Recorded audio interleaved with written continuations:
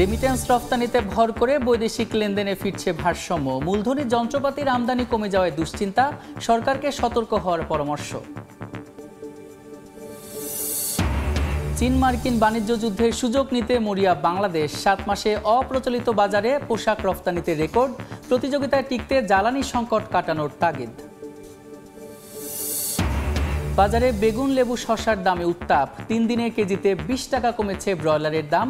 7 দিনের মধ্যে কমবে সব পণ্যের দাম, আশ্বাস বাণিজ্য উপদেষ্টার। তিস্তায় পানি প্রবাহ না থাকায় নদীর জমানো জলে নীলফামারীতে সেচ কাজ। গঙ্গার পানি চুক্তি পর্যালোচনায় কলকাতায় বাংলাদেশের প্রতিনিধি দল। বৈঠকের আগে ফারাক্কা ব্যারেজ পরিদর্শন। এবং মঙ্গলবার থেকে মেক্সিকো ও কানাডার ওপর 25% শুল্ক কার্যকর, বললেন ট্রাম্প। আর্জেন্টিনার সঙ্গে শুল্কমুক্ত বাণিজ্যের সম্ভাবনা। $100 বিলিয়ন বিনিয়োগ তাইওয়ানের।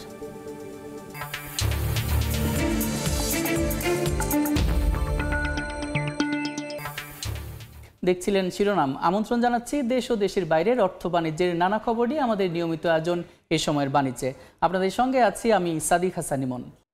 দর্শক, অর্থ বাণিজ্যের পাশাপাশি আজ আমরা আলোচনা করব বৈদেশিক লেনদেনের ভারসাম্য প্রসঙ্গে। এ বিষয়ে আলোচনার জন্য আমাদের সঙ্গে ভার্চুয়ালি যুক্ত হচ্ছেন Bangladesh institute of bank management BIBM এর অধ্যাপক শাহ মোহাম্মদ আহসান হাবিব।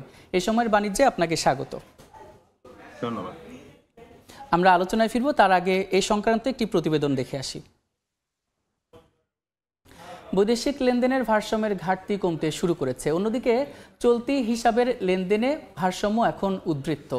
রেমিটেন্সের প্রবাহ ইতিবাচক এবং রফতানি বৃদ্ধি এবং বিনিময় হারের স্থিতিশীলতা ভারসাম্য পরিস্থিতি ইতিবাচক দিকে যাচ্ছে বলে মনে করেন ব্যাংকার এবং বিশ্লেষক। তবে মূলধনী যন্ত্রপাতি আমদানি কমে যাওয়ায় নেতিবাচক প্রভাব নিয়ে সরকারকে সতর্ক হওয়ার পরামর্শ তাদের। সাইফুল ইসলামের প্রতিবেদন। বাণিজ্য সেবার বিপরীতে যে পরিমাণ অর্থ বিদেশে পরিশোধ এবং দেশে গ্রহণ করা হয় সেটাই ব্যালেন্স অফ পেমেন্ট বা বৈদেশিক লেনদেনের ভারসাম্য নামে পরিচিত। এই ভারসাম্যের উদ্বৃত্ত ঘাটতি দেখে একটি দেশের সামষ্টিক অর্থনৈতিক পরিস্থিতি বোঝা যায়। চলতি অর্থবছরের জুলাই-ডিসেম্বরে ব্যালেন্স অফ পেমেন্ট বলছে বছর ব্যবধানে সার্বিক ঘাটতি প্রায় $3.5 বিলিয়ন থেকে নেমে এসেছে মাত্র $384 মিলিয়ন, যেখানে চলতি হিসাব এখন উদ্বৃত্ত। এই পরিস্থিতি অর্থনীতির জন্য ইতিবাচক বলে জানাচ্ছেন বিশ্লেষকরা। এক্সপোর্ট বেড়েছে, আপনার রেমিটেন্স বেড়েছে, তাই না? চাপ দিয়ে কিছু লাক্সারিয়াস ইম্পোর্ট আপনি কমিয়েছেন, তাই না? এই সমস্ত কার্যক্রমগুলো হাতে নেওয়ার ফলেই কিন্তু আসলে আপনার ব্যালেন্স অফ পেমেন্টটি ইমপ্রুভ করেছে। ট্রেড বেস মানি লন্ডারিং, অপ্রয়োজনীয় ইম্পোর্ট পেমেন্ট, তাই না? তারপরে আপনার ফরেন ডিরেক্ট ইনভেস্টমেন্ট, এইগুলো যদি আমরা অ্যাপ্রোপ্রিয়েটলি করতে পারি তাহলে সুতরাং তখন দেখবেন আমাদের আগের জায়গায় আমাদের ফিরে যেতে হবে না। এই ইতিবাচকতার পেছনে নেতিবাচক দিক হলো বিনিয়োগের ন্যূনতম সূচক, মূলধনী যন্ত্রপাতি ও পণ্য আমদানি ব্যয় কমা। জুলাই-ডিসেম্বরে বছর ব্যবধানে সার্বিক ব্যয় কমেছে 13.7%। এতে ডলার ব্যয় কম হওয়ায় বৈদেশিক লেনদেনের ভারসাম্যে ঘাটতি কমেছে বলে মনে করেন ব্যাংকাররা। ইনভেস্টমেন্ট তো হচ্ছে না, প্রাইভেট সেক্টর ইনভেস্টমেন্ট। ব্যাংকগুলোতে প্রাইভেট সেক্টরের লোন গ্রোথ কম, তার অর্থই হচ্ছে যে প্রাইভেট সেক্টর ইনভেস্টমেন্ট হচ্ছে না। আপনার সরকার পতন পরবর্তী সময়ে ব্যবসায়ীরা সবাই এখন শঙ্কিত এবং তারা দ্বিধাগ্রস্ত এবং সংশয়ে তারা এখন ইনভেস্টমেন্টে যাচ্ছেন না। যদি নতুন ইনভেস্টমেন্টে না যান তাহলে ইম্পোর্টও কমে যাবে। সুতরাং এখন যেটা যদি আপনি মনে করেন যে এইটাই অর্থনীতির স্থিতিশীলতা, আমি সেটা মনে করি না। অর্থনীতি স্থিতিশীল নয়। বিনিয়োগ পরিস্থিতি উন্নয়নের পরামর্শ দিয়ে বিশ্লেষকরা বলছেন এর ব্যতিক্রম হলে বৈদেশিক লেনদেনের ভারসাম্যের ইতিবাচকতা অর্থনীতিতে সুফল দিতে পারবে না। সাইফুল ইসলাম, সময় সংবাদ, ঢাকা। বৈদেশিক লেনদেনের ভারসাম্য সম্পর্কিত প্রতিবেদনটি দেখছিলাম। এবার সরাসরি চলে যাচ্ছি আমাদের অতিথির কাছে। জনাব আহসান হাবিব, আমরা দেখতে পাচ্ছি যে বৈদেশিক লেনদেনের ভারসাম্যের ঘাটতি কমছে, কিন্তু অন্যদিকে দেখা যাচ্ছে যে মূলধনী যে যন্ত্রপাতি সেইটার দেখা যাচ্ছে যে আমদানি কমে যাচ্ছে। তাহলে এই দুইটা যদি ভারসাম্য করা হয় বা তুলনা করা হয় তাহলে আসলে সুফল কতটুকু পাবো আমরা বলে মনে করেন আপনি? ধন্যবাদ। দেখুন, এটা তো একটা ভালো দিক যে আমাদের প্রথমত একটা ভালো দিক যে আমাদের কারেন্ট অ্যাকাউন্ট যেটা সেখানকার যে ভারসাম্য সেটা অনেকটা পজিটিভ দিকে টার্ন করছে এবং সেটার কারণ হলো আমাদের এক্সপোর্ট বাড়ছে, আমাদের রেমিটেন্স ইনফ্লো গুলো হচ্ছে। তো এটা ইকোনমির জন্য একটা শক্তিশালী দিক। কিন্তু শুনতে পাচ্ছেন তো? একটা শক্তিশালী দিক। আর অন্যদিকে আমাদের যন্ত্রাংশ কমে, এই যে আপনি ক্যাপিটাল আচ্ছা, আচ্ছা। মেশিনারি যেটা হ্যাঁ, ইম্পোর্ট বামে কমে, ক্যাপিটাল মেশিনারি যেটা ইম্পোর্ট আমাদের কমে যাচ্ছে, সেই কমে যাওয়াটা মানে কিন্তু আমাদের ক্যাপিটাল মেশিনারি ইম্পোর্ট কিন্তু ভবিষ্যৎ এক্সপোর্টের সাথে কানেক্টেড। তার মানে আমরা ক্যাপিটাল মেশিনারি গুলো আনবো, আমাদের ইন্ডাস্ট্রিয়ালাইজেশন এর সাথে কানেক্টেড, আমাদের ইনভেস্টমেন্ট এর সাথে কানেক্টেড, এবং এটা আমাদেরকে ফিউচারে এক্সপোর্ট ফ্লোটাকে ঠিক রাখবে, এক্সপোর্টকে প্রমোট করবে, গ্রোথ এর সাথে সরাসরি কানেক্টেড। সুতরাং অবশ্যই এই অংশটা আমরা আশা করি না। আমরা এটাও চাই যে আমাদের ক্যাপিটাল মেশিনারি গুলো ইম্পোর্ট হোক। এটা হতে পারে যে সাম্প্রতিক সময়ে যেহেতু আমরা অনেকটা ইম্পোর্টকে ডিসকারেজ করার চেষ্টা করেছি, আমরা এক্সপোর্টকে প্রমোট করার চেষ্টা করেছি, সেই দিকে সার্বিক বিবেচনায় হয়তো ব্যাপারটা ঠিক আছে, বাট আপনি যখন ইম্পোর্টকে ডিসকারেজ করছেন তখন এটা কিন্তু মাথায় রাখা দরকার যে ইনভেস্টমেন্টকে প্রমোট করতে গেলে যে ক্যাপিটাল মেশিনারি ইম্পোর্ট, সেটাকে কিন্তু সেই জায়গাটাতে যাতে কোনো মানে ডিসকারেজ যাতে না হয়, সেই জায়গাটাতে যাতে কোনো বাধা তৈরি না হয়, সেটা খেয়াল রাখা দরকার। সুতরাং ওই মানে আমাদের প্রয়োজনীয় যে ক্যাপিটাল মেশিনারি ইম্পোর্ট, সেটা যেন আমরা কন্টিনিউ করি। এটা ইন্ডিকেট করবে যে ভবিষ্যতে ব্যালেন্স অফ পেমেন্ট মেইনটেইন করার ক্ষেত্রে এবং ইকোনমিক গ্রোথ ধরে রাখার ক্ষেত্রে এটা একটা বড় ফোর্স হিসেবে কাজ করে বলে আমরা সবাই জানি।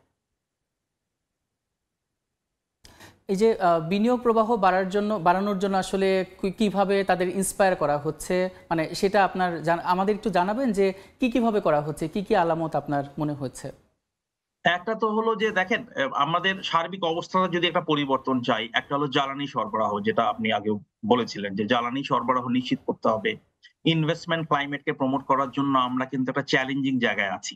চ্যালেঞ্জিং জায়গাটাই হলো আপনার ইন্টারেস্ট রেট কিন্তু বাড়ছে। সুতরাং ইন্টারেস্ট রেট বাড়লে আবার ইনভেস্টমেন্ট ডিসকারেজড হয়। আবার ইনফ্লেশন কিন্তু আমাদের হাই। তো এটাকে যদি আমরা একটু ইনফ্লেশনটাকে যদি আমরা ধরে রাখতে চাই, তাহলে ইন্টারেস্ট রেটটাকে আবার আপনাকে ছেড়ে দিতে হচ্ছে, যাতে ইন্টারেস্ট রেট বাড়ে সেটাকে এনশিওর করতে হচ্ছে যাতে ইন্টারেস্ট রেট একটু হাই হয়। মানে ওই দিক দিয়ে ইনভেস্টমেন্টকে ডিসকারেজ করা যাতে ইনফ্লেশনটা কন্ট্রোলে থাকে। এখানে একটা চ্যালেঞ্জিং জায়গা আমাদের আছে, কোনো সন্দেহ নাই। তারপরে একটা মাঝামাঝি জায়গায় আমরা আসার চেষ্টা করছি, সেটা হলো কোনো না কোনো ভাবে ইনফ্লেশনকে কিন্তু কন্ট্রোল করতেই হবে আপনাকে। কারণ ইনফ্লেশনের ইমপ্যাক্ট সরাসরি সব জায়গায় আছে, export, import, balance of payment সব জায়গাতেই আছে। কিন্তু আবার ইনভেস্টমেন্টকেও সাথেও কিন্তু কম্প্রোমাইজ করার কোনো সুযোগ নাই। সুতরাং ইন্টারেস্ট রেট হাই, ঠিক আছে, এটাকে আমাদের কিছু কোনো না কোনো ক্ষেত্রে অ্যাকসেপ্ট করতেই হবে ইনফ্লেশনকে মানে কমাতে গেলে। সেক্ষেত্রে ইনভেস্টমেন্টের যে অন্য যে চালিকা শক্তি, ইনভেস্টমেন্টকে প্রমোট করার জন্য যে অন্য ফ্যাক্টর গুলো, সেগুলো যাতে আমরা এনশিওর করতে পারি, যেমন জ্বালানি সরবরাহ, যেমন কোনো ধরনের ব্যুরোক্রেটিক যাতে ঝামেলা না হয়, বিদেশিরা যাতে সহজে আমাদের দেশে ইনভেস্টমেন্ট করতে পারে, এবং একটা অনেক বড় ফ্যাক্টর কিন্তু হলো আমাদের দেশের পলিটিক্যাল স্ট্যাবিলিটি এনশিওর করা। বিদেশিদেরকে যদি আমরা এখানে অ্যাটেনশন মানে তাদের যদি অ্যাটেনশন ড্র করতে চাই, তাদেরকে যদি বাংলাদেশে অ্যাট্রাক্ট করতে চাই, তাহলে অন্য আর্থিক সুবিধাদির পাশাপাশি এই স্ট্যাবিলিটি, এই পলিটিক্যাল স্ট্যাবিলিটি, এটা কিন্তু নিশ্চিত করা খুব জরুরি। অনেকগুলো মেজার্স নেওয়া হয়েছে এবং সেগুলোর হয়তো পজিটিভ অনেক পরিবর্তনও আমরা দেখছি, বাট এটা কিন্তু মাথায় আসতে হবে মানুষের। স্যার, আসলে দেখা যায় এখন যে রাজনৈতিক অবস্থা, তাতে কতটুকু প্রভাব পড়ছে বলে আপনার মনে হয়? পরিবর্তন কেমন দেখছেন? রাজনীতির একটা বড় প্রভাব আছে, কিন্তু কোনো না কোনো ভাবে এটা আমাদের সার্বিক দায়িত্ব হলো আমাদেরকে এই মেসেজটা যারা ইনভেস্টর তাদেরকে দিতে হবে, দেশের ভিতরে এবং বাইরের। কারণ আমরা আর্থিক খুব সুবিধাদি যে খুব দিতে পারছি তা না, কিন্তু আর্থিক সুবিধাদি পৃথিবীর অন্য যারা দিচ্ছে হয়তো সেরকমই দিচ্ছি, বরং অনেক ক্ষেত্রে ইনভেস্টমেন্ট রেট লোকাল ইনভেস্টরদের জন্য কিন্তু ইন্টারেস্ট রেট হাই। সেক্ষেত্রে পলিটিক্যাল স্ট্যাবিলিটি একটা অনেক বড় ফ্যাক্টর। এটা দেওয়ার এটা কোনো না কোনো ফর্মে আপনাকে দিতে হবে।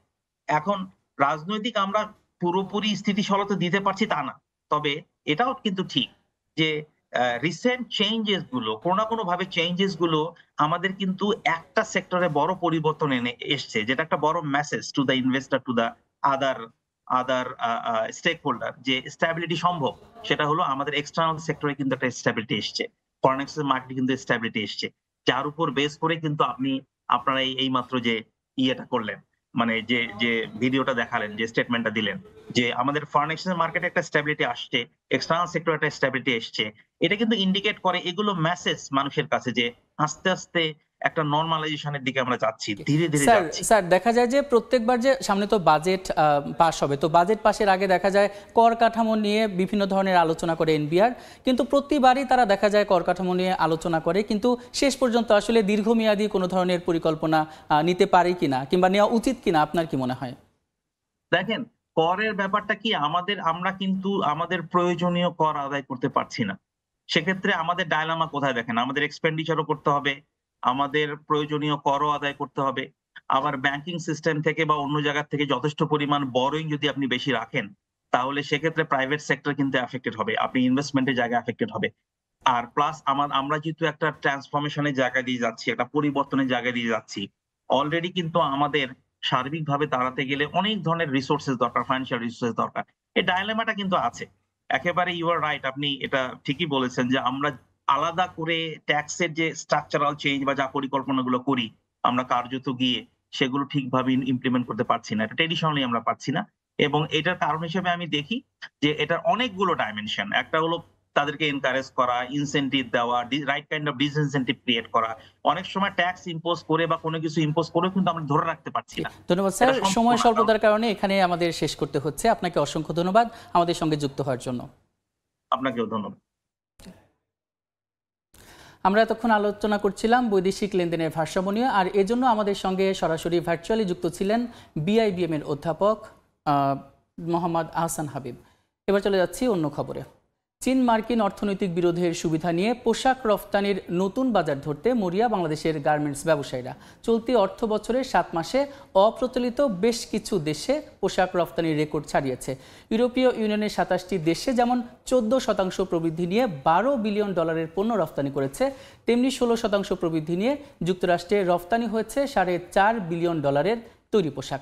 শাখাওয়াত টিপুর ক্যামেরায় বিস্তারিত জানাচ্ছেন কমল দে।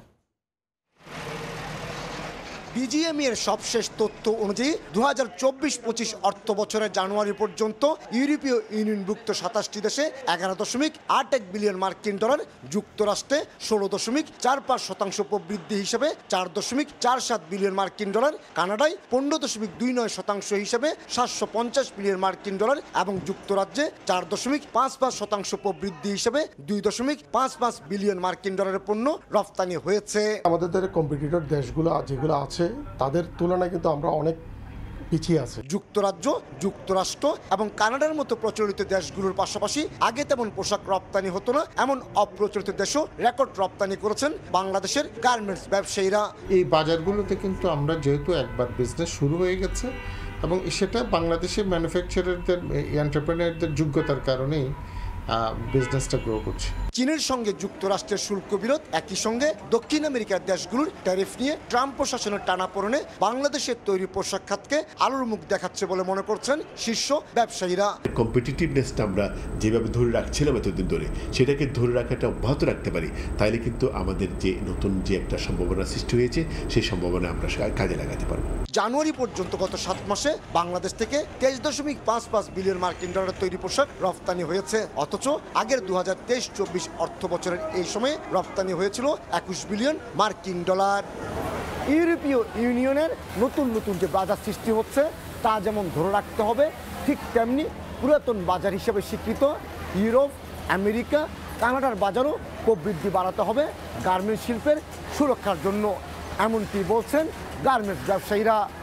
কমল দে, সময় সংবাদ, চট্টগ্রাম। এবার বন্দর বাণিজ্যের খবর।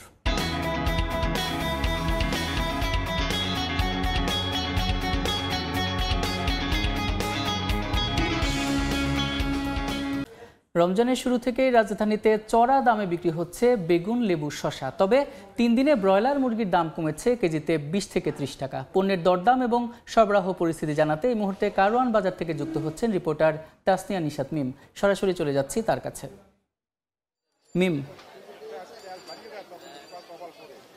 সংযমের মাস হলেও রমজান মাসে কিন্তু চাহিদার ভিত্তিতে বিভিন্ন ভোগ্যপণ্য বেশি পরিমাণেই কিনে থাকেন ক্রেতারা, কিন্তু ক্রেতারা আসলে রমজান মাসে যেটি অভিযোগ করছেন বাজারে এসে যে তাদের নিত্য যে দৈনন্দিন যে খাদ্য পণ্য যেমন বিভিন্ন রকম সবজি থেকে শুরু করে অন্যান্য যেসব পণ্য সেগুলোর দাম তারা কিছুটা বেশি বলে কিন্তু অভিযোগ করছেন। আমি কিন্তু এই মুহূর্তে উপস্থিত আছি রাজধানীর কারওয়ান বাজারে। এখানে আমরা যেটি দেখছি যে রমজানে কিন্তু নিত্যপণ্যের দাম বৃদ্ধির কারণ হিসেবে ক্রেতারা অভিযোগ করছেন, ক্রেতা বিক্রেতারা অভিযোগ করছেন সিন্ডিকেটধারী কিছু অসাধু ব্যবসায়ীদের বিরুদ্ধে। এবং আমরা এই মুহূর্তে কারওয়ান বাজারে সবজির বাজারে যেটি দেখতে পাচ্ছি যে সরবরাহ থাকার পরও কিন্তু শসা, লেবু, বেগুন সহ এইগুলো সবজির দাম কিন্তু বৃদ্ধি পেয়েছে। আমরা এখানে এসে যেটি দেখতে পাচ্ছি যে কাঁচামরিচের দাম 40 থেকে 60 টাকা, অর্থাৎ এটি কিছুটা সহনীয় বলেই দাবি করছেন বিক্রেতারা। এছাড়া ক্রেতারাও বলছেন যে কাঁচামরিচের দাম বেশ সহনীয়, কিন্তু লেবুর দাম আসলে আকাশচুম্বী বলে অভিযোগ করছেন ক্রেতারা। লেবুর হালি 70 থেকে 100 টাকা, অর্থাৎ প্রতি পিস লেবু কিন্তু বিক্রি হচ্ছে 25 থেকে 30 টাকায়। এবং লেবুর দামের বিষয়ে আমরা বিক্রেতাদের সাথে কথা বলেছি। বিক্রেতারা যেটি বলছেন যে লেবু কিন্তু পর্যাপ্ত পরিমাণে মজুত রয়েছে মূল ব্যবসায়ীদের কাছে, এবং তারা যেটি বলছেন যে এখানে যারা বিক্রেতারা লেবু বিক্রি করছেন তারা যেটি বলছেন যে তারা প্রতি বস্তা লেবু 16,000 থেকে 18,000 টাকায় বিক্রি করছেন, কিন্তু প্রতি বস্তায় আসলে 1,000 পরিমাণ লেবু কিন্তু তারা পাচ্ছেন না। এর ফলে তাদেরকে বাধ্য হয়েই লেবুর দাম বৃদ্ধি করতে হচ্ছে বলে তারা জানাচ্ছেন। এছাড়া আমরা মুরগির বাজারে গিয়ে যেটি দেখতে পেয়েছি, মুরগির দাম 20 থেকে 30 টাকা, 10 থেকে 20 টাকা কমেছে বলে বিক্রেতারা দাবি করছেন। সব মিলিয়ে কারওয়ান বাজারে আমরা যেটি দেখছি যে শসা, লেবু এবং বেগুনের দাম কিছুটা বেশি। এই ছিল আমার কাছে কারওয়ান বাজার থেকে বাজারের দামের পরিস্থিতির সর্বশেষ। সরাসরি যুক্ত ছিলাম রাজধানীর কারওয়ান বাজারে। Thai Aluminium. The better is now the best. সব ধরনের ভোগ্যপণ্যের দাম এক সপ্তাহের মধ্যে কমে আসবে বলে জানিয়েছেন বাণিজ্য উপদেষ্টা শেখ বশির উদ্দিন। সোমবার রাজধানীর বিভিন্ন বাজার পরিদর্শনে গিয়ে একথা বলেন উপদেষ্টা। লিটার পাওয়া যাচ্ছে না অথবা 2 লিটার পাওয়া যাচ্ছে না, এইটাকে নিয়ে যদি একটা জেনারেল ক্রাইসিস বিল্ড করেন তাহলে হয় কি, মানে এই কারণে একটা অযাচিত পরিমাণ মানে একটা হতাশার রূপান্তর হয়। তো আমি আপনাদের মাধ্যমে অনুরোধ করব, সরবরাহ ব্যবস্থায় যে ঘাটতিটা আছে আশা করা যায় আজ থেকে ইনশাল্লাহ অবস্থার উন্নতি হবে। এবং কিছু কিছু কোম্পানি আমি জানি তারা আমাদের কাছ থেকে অনুমতি নিয়ে সরাসরি নিজেরাও ট্রাক সেল করছে।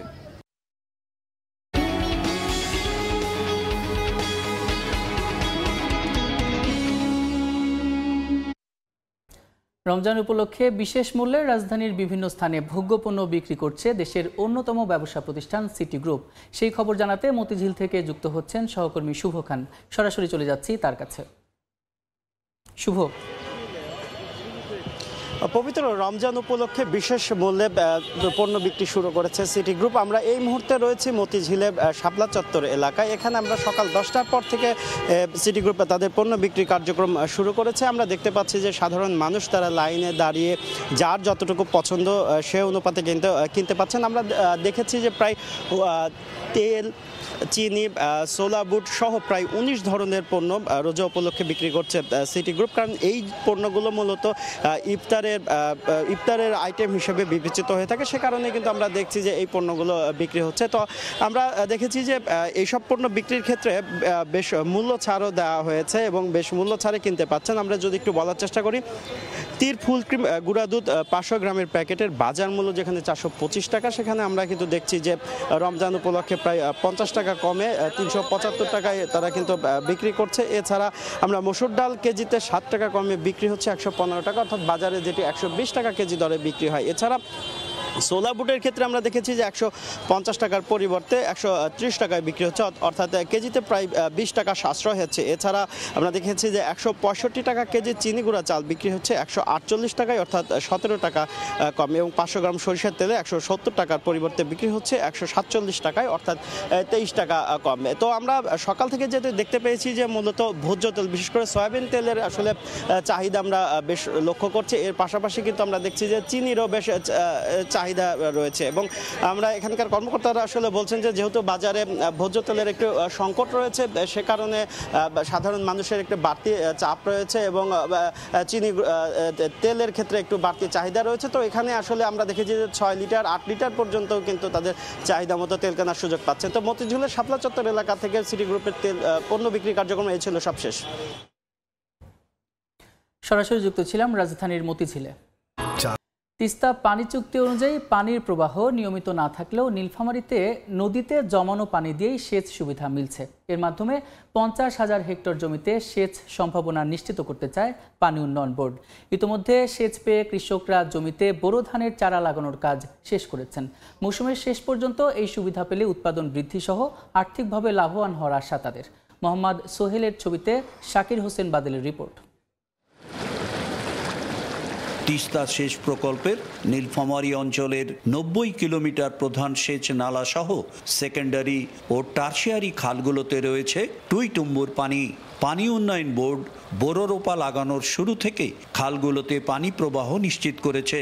ফলে কৃষকেরা তাদের নিজস্ব পদ্ধতিতে সেখান থেকে পানি নিয়ে জমিতে সেচ দিচ্ছেন।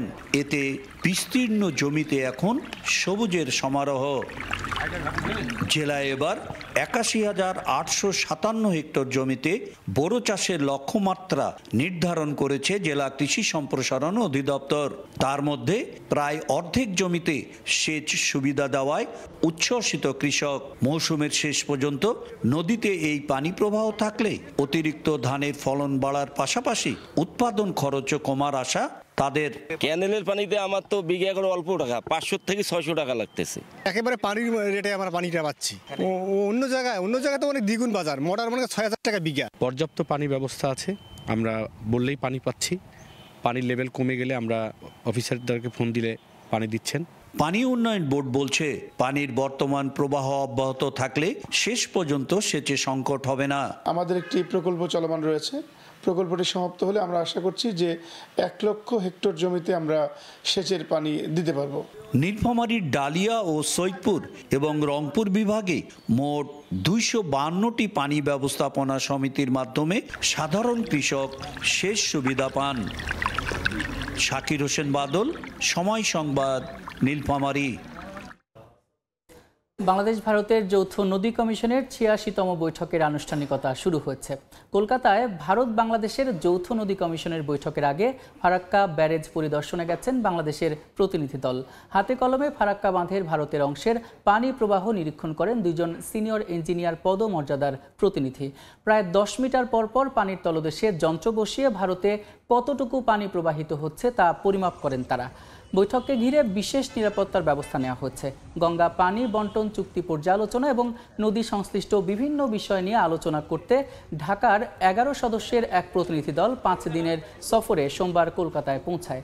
বৈঠকে বাংলাদেশের পক্ষ থেকে অভিন্ন নদীর ন্যায্য পানির দাবির পাশাপাশি গঙ্গা চুক্তি নবায়নের কথা জানানো হবে। ঈদকে সামনে রেখে জমে উঠেছে কুষ্টিয়ার পোড়াদহ পাইকারি কাপড়ের হাট। এবার কাপড়ের ভালো ব্যবসা হওয়ার আশা ব্যবসায়ীদের। বিস্তারিত জানাতে সেখান থেকে সরাসরি যুক্ত হচ্ছেন সহকর্মী SM রাশেদ। কুষ্টিয়া যে পোড়াদার হাট রয়েছে, হাটে কিন্তু বিশেষ করে যারা খুচরা ব্যবসায়ী যারা আছে তারা ভিড় করতে শুরু করেছে। এখানে যারা বিশেষ করে পোড়াদার হাটে যারা ব্যবসায়ী তারা আমাদেরকে জানিয়েছেন মূলত প্রথম রোজা থেকে 5 রোজা পর্যন্ত যারা খুচরা ব্যবসায়ী যারা আছে তারা এখান থেকে কেনাকাটা করবে এবং বাকি যারা আছে 15 রোজার পর থেকে কিন্তু আবার এখানে কেনাকাটা শুরু হবে। বিশেষ করে খুচরা ব্যবসায়ী যারা আছে তারা এই হাটের থেকেই এই কাপড় কেনাবেচা করবেন এবং এখানে যারা খুচরা ব্যবসায়ী যারা আছে তাদের সাথে আমি কথা বলেছি। তারা বিষয়টি আমাদেরকে জানিয়েছে যে এবার কিন্তু বিশেষ করে মহিলাদের 3 পিস 2 পিস 1 পিস এবং জর্জেটের যে কাপড় আছে সেই কাপড়ের চাহিদা বেশি বলে আমাদেরকে জানিয়েছেন। এখানে কিন্তু প্রায় 500 টাকা থেকে শুরু করে প্রায় 5,500 টাকা পর্যন্ত কিন্তু 3 পিস বিক্রি হয়ে থাকে বলে আমাদেরকে জানিয়েছেন, সেটি যেটি এই পাইকারি বাজার। এবং এখান থেকেই স্বল্প মূল্যে কাপড় কিনেই বাংলাদেশের বিভিন্ন বাজারে কিন্তু খুচরা ব্যবসায়ীরা নিয়ে যায় বলে আমাদেরকে জানিয়েছেন। এবং এখানে যারা ব্যবসায়ী যারা আছে এবং এই যারা আছে যে হাটে, তিনি আমাদেরকে জানিয়েছেন সপ্তাহে 2 দিন হাট বসে, এর মধ্যে অস্থায়ী দোকানও রয়েছে এবং স্থায়ী দোকানও রয়েছে। তবে ওই অস্থায়ী দোকান রয়েছে প্রায় 3500 মতো এবং স্থায়ী দোকান রয়েছে প্রায় 1500 মতো বলে আমাদেরকে জানিয়েছেন হাট ইজারাদার। আর এছাড়া কিন্তু এখানে পুরুষদের পোশাকও কিন্তু এখানে ব্যাপক চাহিদা রয়েছে, পুরুষের পোশাকও চাহিদা রয়েছে, বিশেষ করে জিন্সের প্যান্ট, শার্ট এবং বিভিন্ন ধরনের ফর্মাল ড্রেসের যে কাপড়গুলো সেগুলোর কিন্তু এখানে চাহিদা রয়েছে বলে আমাদেরকে জানিয়েছেন। তো কুষ্টিয়ার পুরাতন হাট থেকে এই ছিল কাপড় কেনাবেচা নিয়ে আমার কাছে সর্বশেষ। সরাসরি যুক্ত ছিলাম কুষ্টিয়ার পোড়াদহ পাইকারি কাপড়ের হাটে। মঙ্গলবার সপ্তাহের 3য় কার্যদিবসে দেশের মুদ্রা বাজারে মার্কিন ডলারের দর অপরিবর্তিত রয়েছে। সকাল থেকে ডলার বিক্রি হচ্ছে 122 টাকায়। বাংলাদেশ ব্যাংকের তথ্য অপরিবর্তিত রয়েছে অন্যান্য মুদ্রার দামও। প্রতি ইউরো 126 টাকা 57 পয়সায়, ব্রিটিশ পাউন্ড 153 টাকা 43 পয়সা, জাপানি ইয়েন 80 পয়সায়, ভারতীয় রুপি 1 টাকা 39 পয়সায়, অস্ট্রেলীয় ডলার 75 টাকা 72 পয়সা এবং সিঙ্গাপুরি ডলারের দাম পড়ছে 90 টাকা 26 পয়সা। তবে কেন্দ্রীয় ব্যাংক প্রকাশিত বৈদেশিক মুদ্রার দামের চেয়ে কিছুটা বেশি দামে বিক্রি হচ্ছে খোলা বাজারে। স্থানীয় সময় মঙ্গলবার থেকে মেক্সিকো এবং কানাডার ওপর 25% শুল্ক আরোপ কার্যকর হবে। সোমবার এক বিবৃতিতে একথা জানিয়েছেন মার্কিন প্রেসিডেন্ট ডোনাল্ড ট্রাম্প। তবে আর্জেন্টিনার সঙ্গে শুল্ক মুক্ত বাণিজ্যের সম্ভাবনার কথাও বলেন মার্কিন প্রেসিডেন্ট। যুক্তরাষ্ট্রে $100 বিলিয়ন বিনিয়োগ করবে তাইওয়ান সেমিকন্ডাক্টর ম্যানুফ্যাকচারিং কোম্পানি। ট্রাম্পের শুল্ক নীতি যুক্তরাষ্ট্রের বাণিজ্য অংশীদারদের উপর চাপ সৃষ্টি করছে। কানাডা এবং মেক্সিকো যুক্তরাষ্ট্রের গুরুত্বপূর্ণ বাণিজ্য অংশীদার এবং এই শুল্ক তাদের অর্থনীতিতে নেতিবাচক প্রভাব ফেলতে পারে। তবে ট্রাম্পের লক্ষ্য হলো যুক্তরাষ্ট্রে উৎপাদন বাড়ানো এবং কর্মসংস্থান সৃষ্টি করা। এরই পরিপ্রেক্ষিতে স্থানীয় সময় মঙ্গলবার থেকে মেক্সিকো ও কানাডার ওপর 25% শুল্ক আরোপ কার্যকর করা হবে। সোমবার এক বিবৃতিতে একথা জানান মার্কিন প্রেসিডেন্ট ডোনাল্ড ট্রাম্প। এছাড়া পারস্পরিক শুল্ক 2 এপ্রিল থেকে কার্যকর করা হবে বলেও তিনি জানান। ট্রাম্প বলেন, মেক্সিকো এবং কানাডার সঙ্গে আলোচনার আর কোনো সুযোগ নেই এবং শুল্ক কার্যকর হওয়া নিশ্চিত। তিনি আরো বলেন, শুল্কের মাধ্যমে যুক্তরাষ্ট্রে কারখানা স্থাপন করতে বাধ্য করা হবে, যা মার্কিন অর্থনীতির জন্য উপকারী। এর আগে মেক্সিকোর প্রেসিডেন্ট ক্লডিয়া শেনবাম বলেন, ট্রাম্পের শুল্ক আরোপের পর বেশ কয়েকটি পরিকল্পনা আছে তার। মেক্সিকো যুক্তরাষ্ট্রের সঙ্গে আলোচনা চালিয়ে যাচ্ছে এবং সীমান্ত নিরাপত্তা ও ফেন্টানিল প্রবাহ বন্ধ করার জন্য পদক্ষেপ নিচ্ছে। এছাড়া কানাডার প্রধানমন্ত্রী ট্রুডো বলেছিলেন, মার্কিন শুল্ক আরোপের প্রতি শক্তিশালী দ্ব্যর্থহীন আনুপাতিক প্রতিক্রিয়া থাকবে তার দেশের। অন্যদিকে আর্জেন্টিনার সঙ্গে শুল্কমুক্ত বাণিজ্যের সম্ভাবনার কথাও বলেন মার্কিন প্রেসিডেন্ট ডোনাল্ড ট্রাম্প। তিনি আর্জেন্টিনার প্রেসিডেন্ট জেভিয়ার মিলেকে একজন মহান নেতা হিসেবে প্রশংসা করে তার নীতির সাফল্যের কথাও বলেন। ট্রাম্প আরও ঘোষণা করেন, তাইওয়ান সেমিকন্ডাক্টর ম্যানুফ্যাকচারিং কোম্পানি যুক্তরাষ্ট্রে $100 বিলিয়ন বিনিয়োগ করবে এবং অ্যারিজোনায় 5টি অত্যাধুনিক সেমিকন্ডাক্টর উৎপাদন কেন্দ্র নির্মাণ করবে। এই বিনিয়োগের মাধ্যমে হাজার হাজার উচ্চ বেতনের চাকরি সৃষ্টি হবে এবং যুক্তরাষ্ট্রের সেমিকন্ডাক্টর উৎপাদন ক্ষমতা বৃদ্ধি পাবে। নাদিম মারজান, সময় সংবাদ। এই সময়ের শীর্ষ সংবাদগুলো জানিয়ে দিচ্ছে আরেকবার।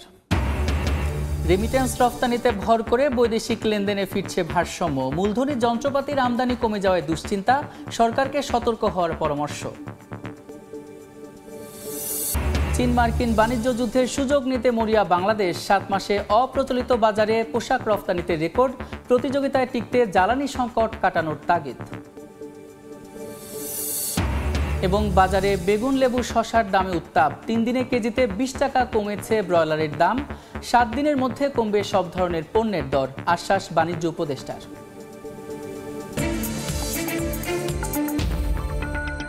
এই ছিল এ সময়ের বাণিজ্য। সঙ্গে থাকুন সময়।